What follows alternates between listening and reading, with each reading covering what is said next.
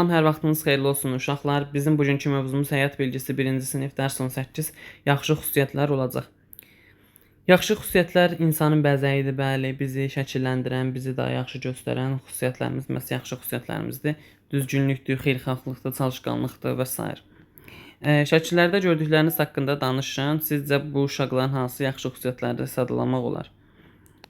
Deməli, birincidə qocaya yardım edən, deməli, yardımsevərlik. İkinci, heyvanları sevən, yəni heyvansevərlik və yaxud mərhəmətlilik. Üçüncü isə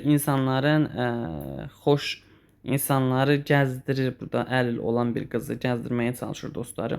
Burada isə mərhəmətlilik və xeyirxahlıq xüsusiyyətləri barındıra bilərik.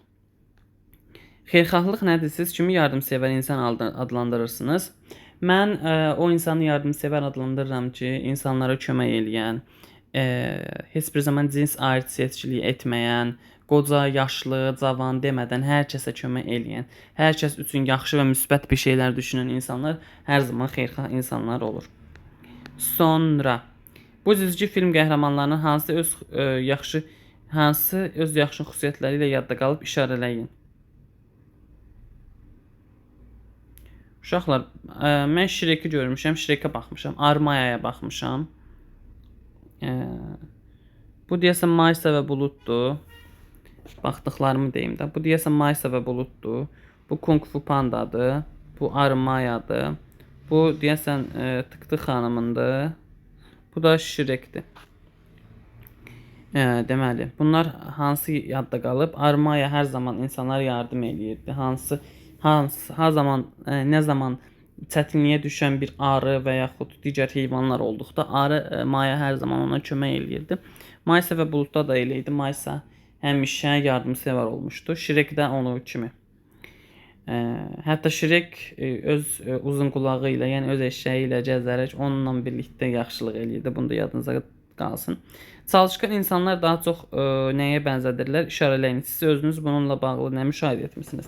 Çalışqan insanlar hər zaman ən çox çalışan deyil də, hər zaman ən ağıllı versiyada çalışan insanlar olur. Yəni hər zaman çox işləmək bəli, bir şeylər qazandırır uşaqlar, amma ağıllı işləmək daha çox şey qazandırır. Yəni ona görə daha məntiqli, daha planlı, ətrafı müşahidə edərək, insanları müşahidə edərək daha normal, daha yaxşı işləmək olar. Belə. Buradakı heyvanların da sizə gəlin bir dənə adını çəkin uşaqlar.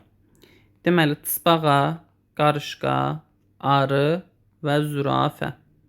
Bunu da beləcə yadımızda saxlayaq. Sonra, yaxşı xüsusiyyətlərinə görə bənzəmək istədiyiniz nağıl yaxud cizgi film qəhrəmanı varmı? Film qəhrəmanlarının şəklini çəkə bilərsiniz həmin insanın. Mənim xüsusi bir cizgi film qəhrəmanı sevdiyim yoxdur, amma ən sevdiyim cizgi filmi Madagaskar cizgi filmi olub. Bir də Benon cizgi filminə baxmışam. Anime cizgi filmi idi. Benonu məsələn istəyərdim. Yəni onu məsələn bəyənmişəm yəni. Siz bilirsiniz ki, heyvansevərlik də yaxşı xüsusiyyətlərdəndir. Heyvanlara sevgi insanları daha mərhəmətli və mülayim edir. Elədir uşaqlar, çünki heyvanlar da Allahın sevimli qullarından biridir.